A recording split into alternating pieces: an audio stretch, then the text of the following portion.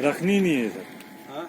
जब इनका सिस्टम रखनी क्यों है, मैं बोल रहा हूँ रखनी क्यों है? रखनी क्यों है? सही है ना? जब पता है कि मेरे को यहाँ घास का सिस्टम है नहीं, फिर रखनी ही नहीं। वहाँ पे ना यार, ये तो उसके लिए है जिसको है ना? अब हमें जैसे घर में पता है कि जंगल है, हाँ, चलो कुछ ना कुछ खाएगी दिन को।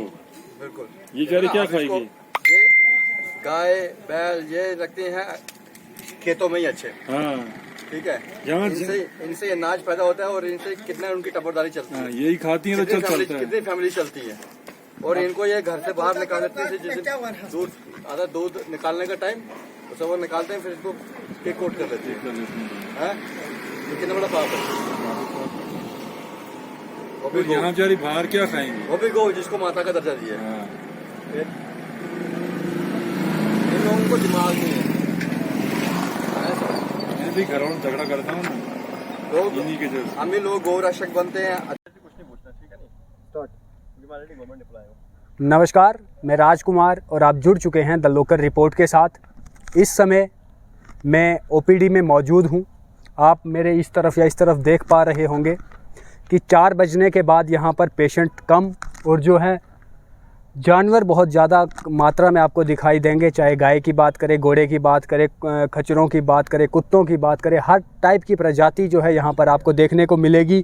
तो चलिए आज हम यहाँ पर आपके सामने इसलिए हाजिर हुए हैं, हमारे साथ बातचीत करने के लिए डॉक्टर आदित्य सर जो हैं जुड़े हुए हैं। आदित्य सर से ही बातचीत करते हैं कि आखिर इन्हें क्या कुछ जो है आज ज़रूरत पड़ी, जो ये हमसे जो है वार्तालाप करने के लिए जुड़े हैं। तो सर बहुत बहुत स्वागत है आपका द लोकल रिपोर्ट। आपका भी बहुत बहुत स्वागत है सर, जिस तरह से आपने हमें बुलाया और इस बारे में कहा, बहुत सारे लोग ऐसे होंगे जो सोचते हैं इस चीज़ के बारे में, या सरकारों की बात करें वो भी सोचती है इस बारे में कि काश हम जो है इन जानवरों की कोई मदद कर पाते, लेकिन आगे नहीं आते हैं। आपने ये स्टेप लिया तो क्या कहना चाहेंगे? सर? देखिए, पहली बात तो मैं ये बोलूँगा कि ये जानवर नहीं है, इनको जानवर बोलना बहुत गलत होगा। अब जो है इनका जो रूप है वो इस चौपाई रूप में, वो इस प्रकार में है कि हम इनको जानवर बोलने में मजबूर हो जाते हैं, क्योंकि ये कुदरत की एक नेमत है। कुदरत ने सबको बनाया है, ठीक है, बट इनका जो व्यवहार है इंसानी ज़िंदगी पे, तो वो कहीं ना कहीं जो है वो इस प्रकार से है कि हमारा जो डिपेंडेंस है, क्योंकि जो हमें इनसे जो बेनिफिट दिए जाते हैं वो ना ही मार्वलस है, वो बहुत ही एक्स्ट्राऑर्डिनरी है।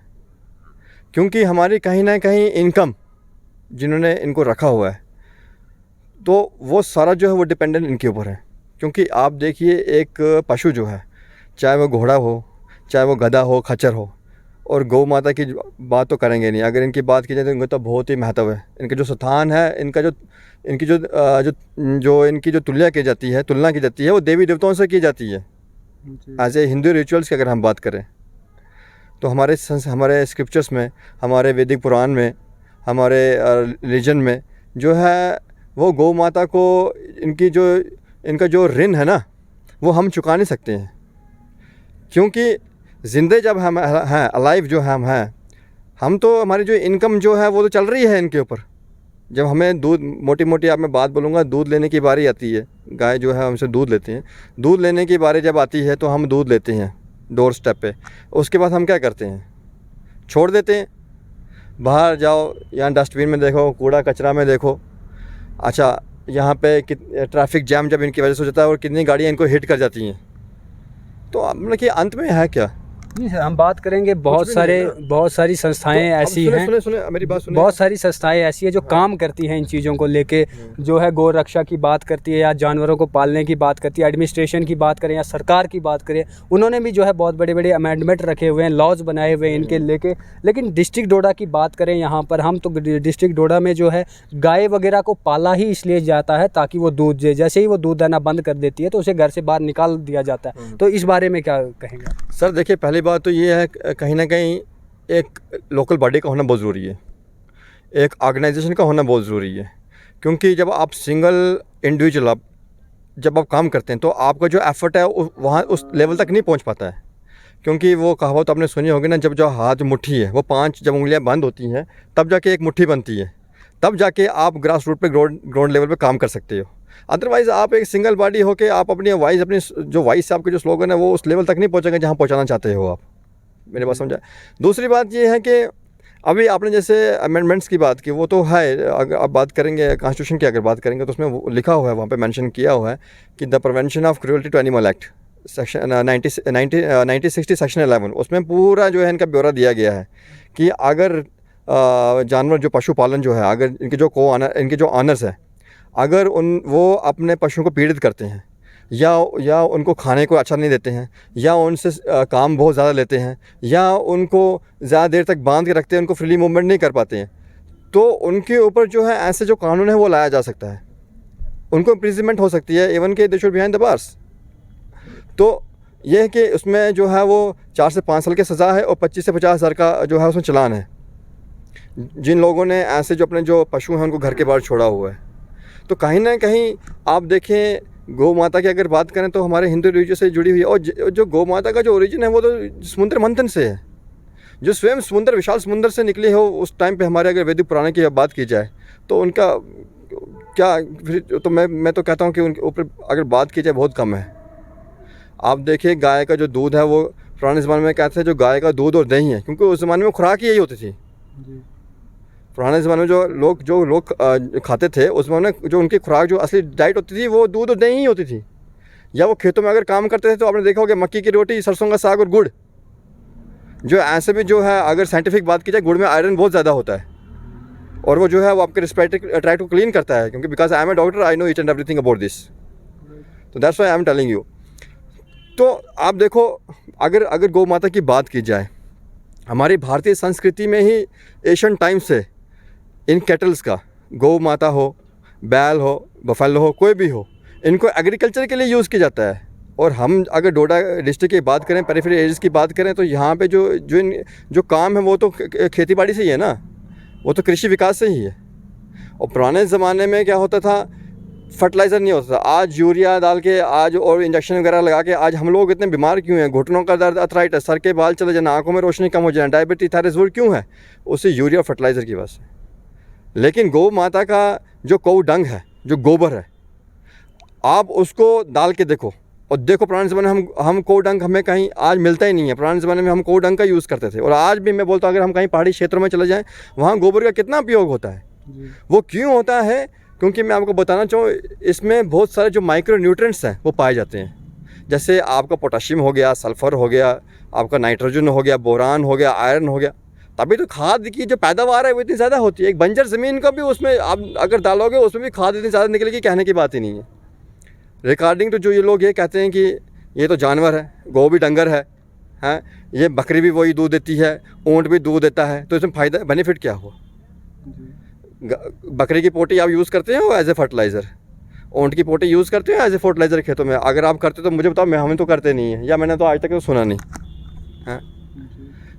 गौ का बना हो, गौ माता की बना हुआ दूध का दही, पनीर, देसी मक्खन, देसी घी, उसमें वो जो है वो एक किस्म का चमत्कार है, एक किस्म का वो अमृत है, स्वर्ण माना गया है। लेकिन मेरी बात, लेट मी फिनिश फर्स्ट। मैं आपको बात बताऊं, जो लोग ये हमारे पशुओं पे आवाज़ें उठाते हैं, हमारी गौ माता को ऐसे छोड़ देते हैं, तो वो क्योंकि जो कहते हैं कि जो गौ माता की जो स्पाइनल कार्ड है ना, जो रीढ़ की हड्डी, उसमें एक नाड़ी ऐसी होती है जिसको हम सूर्य केतु कहते हैं। वो जब प्रकाश के उसमें आती है, जब सनलाइट में आती है, तो उसमें एक स्वर्ण पैदा होता है। तो तब जाके जो वो दूध है उसको स्वर्ण क्यों बोलते थे, गोल्ड, अमृत क्यों बोलते थे? इसी वजह से बोलते थे जी। और इसका आप गौ डंग की बात करो, गौ यूरिन की बात करो, हम लोग कहते हैं गौमूत्र में क्या है, जो लोग कहते हैं, आप उनको गौमूत्र जो साइंटिफिक प्रूवन है, मेडिकल में प्रूवन है, ये आप गूगल पे सर्च एंड गूगल आप देखें, उसमें ये प्रूवन है। कितनी सारी रिसर्चेज इसके ऊपर हो गई हैं। सोरासिस में जहाँ चमड़ी वगैरह ख़राब हो जाती है, दाने वगैरह निकलते, दाना फूंसी, सोरासिस में, थायराइड में, डायबिटीज़ में, और सही कितनी सारी डिजीज़ में जो है कोपी यूज़ होता है। ये as a, I am not student of Ayurveda, मैं तो एलोपैथी का स्टूडेंट हूँ, लेकिन आप अगर आयुर्वेदा पढ़ेंगे तो उसमें आप जाके देखें। जी बिल्कुल, जो भी आपने कहा या जितने भी फ़ायदे जो है डॉक्टर साहब ने बताए, ये सब लोग भली भांति जानते, सबको पता है गाय दूध देती है, सबको पता है कि गाय के दूध से इतने मिल्क प्रोडक्ट बनते हैं जो वो यहाँ पर स्वीट शॉप्स पे जाके खाते हैं। एक बात मैं बताना चाहूँगा जो बहुत मोस्टली इंपॉर्टेंट, जो साइंटिफिक प्रूवन होने जा रही है आज तक, जिसके ऊपर रिसर्च चल रहा है। मैं कोई ये ऐसी छोटी मोटी बात नहीं कर रहा हूँ, इसके ऊपर रिसर्चेज हैं, आप जाके देख सकते हैं। आज हर लोग जो है वो पढ़े लिखे हैं, एजुकेटेड हैं, वेल प्रोफेशनलिस्ट हैं, वो पढ़ सकते हैं।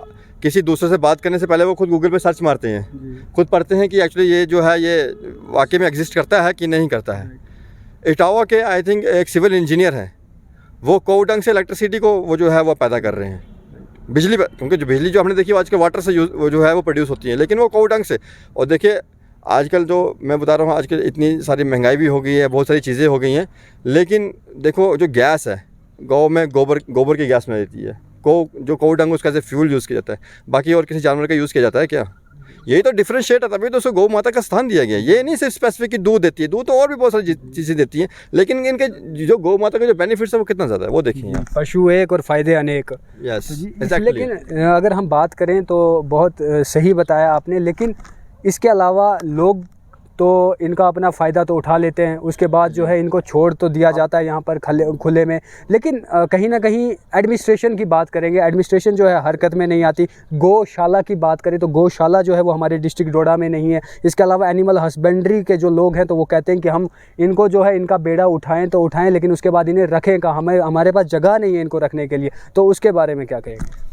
जो मैंने पहले ही आपको कहा कि एक लोकल बॉडी ऑर्गेनाइजेशन का होना बहुत ज़रूरी है। ऑर्गेनाइजेशन तो बहुत सारी बनती है, दिखाती है ऑर्गेनाइजेशन है, लेकिन हमारे डोडा में मैंने आज तक नहीं देखी, क्योंकि सिंगल बॉडी। वो एक स्टोरी अगर मैं आपको शेयर करूं तो एक डॉग का मैंने यहाँ पे रेस्क्यू किया था, लेकिन हम वेटनरी विभाग की बात करते हैं, बेचारे एक एनिमल सर्जन जो है, डॉक्टर सर्जन जो है, वो बाहर आके काम थोड़ा ना करेगा, या वहाँ गौ अगर बीमार है वहाँ पे, या कुत्ता बीमार है वहाँ पे आके करना पड़ता है। सुने मेरी बातें, वहाँ पे आके टीका थोड़ी लगाएगा, लेकिन वो मजबूर है। एटलीस्ट आफ्टर ऑल हुआ क्या, वो 3 दिन उसका कंजर्वेटिव ट्रीटमेंट चला उस डॉग का, जो मैंने I think the month of July में किया था, लेकिन अल्टीमेटली क्या हुआ, वो उसकी डेथ हो गई, क्योंकि कहीं ना कहीं वो जो लैक ऑफ फैसिलिटीज़ थी, वो मेडिकल फैसिलिटीज़ नहीं थी, कोई अल्ट्रासाउंड नहीं था, कोई एक्सरे वगैरह नहीं था, वो कुछ भी नहीं था, जिससे हमें ये एटलीस्ट पता चला कि इसको एटलीस्ट हुआ क्या है, डॉग की जो डेथ हुई वो किसकी वजह से हुई, इसका जो कास्ट था वो किसकी वजह से, कोई इंटरनल ब्लीडिंग है, या कोई ट्रामा है उसको, या कोई डिसलोकेशन है, या कोई मसल टीयर है, क्योंकि उसके एम्बुलेशन में वो तब प्रॉब्लम थी।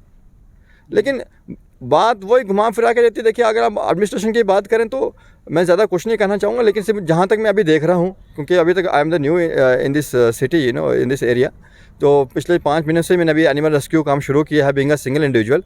तो जहाँ तक मैंने ये देखा है तो फैसिलिटीज़ तो नहीं है, लेकिन अभी जो आपको जो बुलाने का मेरा जो मकसद था वो था एक ऑर्गेनाइजेशन, एक बॉडी अप्रोच करना, ताकि हम टेबल पब्लिक में से जुड़े, हम ऑन टेबल बात करें कि अगर ये चीज़ें अगर सामने आ रही, कोई सोल्यूशन, किसी प्रॉब्लम का सोल्यूशन नहीं हो पा रहा, तो वो किसकी वजह से हो रहा है, what is the reason behind that actually exactly. तो जब ऑन टेबल पर बात करेंगे तो आहिस्ता आहिस्ता slow and steady wins the race, क्योंकि कहते हैं वो हिम्मत मदद खुदा, ठीक है ना। जब आप हिम्मत करोगे तभी बड़ा कुछ होगा, बिल्कुल। और जब मन में है विश्वास, पूरा है विश्वास, हम होंगे कामयाब एक दिन, वो तो हमने पढ़ा है। तो ये चीज़ स्टेप बाय स्टेप होती है। जैसे आप बता रहे तो वैसे मेरे कंसर्न में नहीं था, चलिए उसके बारे में बात करेंगे। इसके अलावा मैं आपसे ये आखिर में ये भी पूछना चाहूँगा कि उन लोगों को क्या कहेंगे आप जो इन जानवरों को पालते हैं और अपनी ग्रीड पूरी होने के बाद छोड़ देते हैं, और एडमिनिस्ट्रेशन जो इस पे काम नहीं कर रहा है, या इसके अलावा लोगों के लिए क्या मैसेज रहेगा आपका इस चीज़ का? देखिए मैसेज में ये देना चाहूँगा, क्योंकि जो आज का इंसान जो है ना, ग्राउंड लेवल की बात करूँगा, बहुत मीन हो चुका है, अपने मतलब के लिए जो है मुफाद ढूंढता है, अपने फ़ायदे के लिए, ठीक है। तो बात यह है कि बहुत अज्ञानी पापी महापापी हो चुके हैं हम, क्योंकि वो कहते हैं विपरीत काले विनाश बुद्धि, ठीक है। तो अब यह है कि इनके ऊपर जो एक्ट जो है, जो जजमेंट चलान की बात की, जब मिनिमम 2000 फाइन जब इनके ऊपर होगा, एक पर्टिकुलर पर्सन के ऊपर जो इनका को ऑनर है, तो आई थिंक मुझे लगता है यहाँ से 500 रुपये निकालने से पहले ये बंदा 10 बार सोचता है। जब मिनिमम 2000 रुपये चलान होगा तो आई थिंक वो दोबारा ऐसी हरकत नहीं करेगा। और दूसरी बात मैं ये बताना चाहता हूँ कि जैसे ये एनिमल्स यहाँ पे हमारे घूम रहे हैं, जैसे ये पशु हमारे घूम रहे हैं यहाँ पे, स्ट्रे एनिमल्स भी इसमें बहुत सारे हैं जिनको जगह नहीं, जिनका यूज़ करके छोड़ दिया गया है। तो मैं पशु विभाग से ये जो है मैं कहना चाहूँगा, और म्यूनसिपल की जो है उनसे भी मैं ये कहना चाहूँगा, एडमिनिस्ट्रेशन से भी, कि इनको लेके किसी मजबूर आदमी को दे दी जाए गांव में, जिसको फाइनेंशियल क्राइसिस जो लेना तो चाहता है इनको, लेकिन वो किसी न किसी तरीके से ले नहीं पाता है, किसी न किसी प्रकार से उसे कोई इशू है, वो जो कैटल्स हैं उनको परचेज़ नहीं कर पाता है, क्योंकि इनका जो यूज़ है, मैं कहता हूँ एक गौ माता, एक बफेलो जो है, वो कहीं ना कहीं वो एग्रीकल्चर में ही यूज़ होती है, बाहर वो उसका यूज़ नहीं, क्योंकि कहीं ना कहीं समाज में इसका जो है बहुत सारे इफेक्ट देखने को मिलते हैं। और कहीं ना कहीं एज ए हिंदू रीजन की बात की जाए अगर, तो हमारे सेंटिमेंट्स भी कहीं ना कहीं उसके ऊपर इसके बहुत सारे असर पड़ते हैं। तो मैं यही कहना चाहूँगा कि 2 चीज़ें करें, या फिर इनको चलान करें, ठीक है, 2000 का चलान, मिनिमम 2000 फाइन वो करें, बहुत ही ज़रूरी है, बहुत। तो दूसरी बात मैं ये कहूँगा कि इनसे लेके, जिन्होंने ऐसी गाय छोड़ी हुई है, इनसे लेके वो किसी मजबूर आदमी को दे जाए जो इनका अच्छे से जो अच्छे से ख्याल कर सके, टेक केयर कर सके। क्योंकि गांव में जो है घास बहुत ज़्यादा अच्छी से होती है, ज़मीन भी होती है। तो गौशाला की अगर मैं बात करूँ दूसरी तरफ, तो इसके ऊपर भी बात करेंगे। इसके ऊपर भी जब क्या बोलते हैं, ऑर्गेनाइजेशन जब होगी, बॉडी, लोकल बॉडी जब होगी, पब्लिक अवाम जब जुड़ेगी साथ में, तब गौशाला के ऊपर ही बात करेंगे। पहले अगर ये चीज़ें संपूर्ण हो जाएं तो मैं बोलता हूँ गौशाला भी बनने कोई ज़्यादा देर की बात नहीं है। चलिए, बहुत बहुत शुक्रिया सर आपका। Thank you very much.